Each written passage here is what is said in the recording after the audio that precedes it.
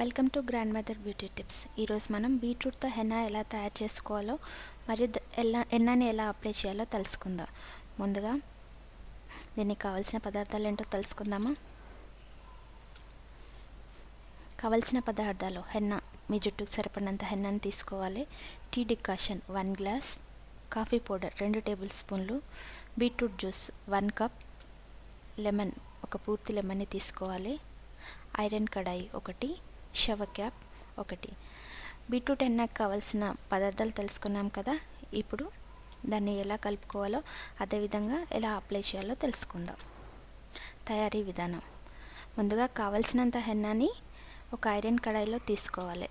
దీనికి ముందుగా చెప్పిన మోతాదులో కాఫీ పౌడర్ మరియు టీ డికాషన్ని కలిపి స్పూన్తో ముద్దలు లేకుండా నీట్గా కలుపుకోవాలి. ఆ తర్వాత దానిపై మూత పెట్టి రాత్రంతా అలాగా ఉంచాలి. తర్వాతి రోజు బీట్రూట్ జ్యూస్ని మరియు లెమన్ జ్యూస్ని వేసి బాగా కలుపుకోవాలి. ఇలా కలుపుకొని ఒక 15 నిమిషాలు పక్కన పెట్టుకోవాలి.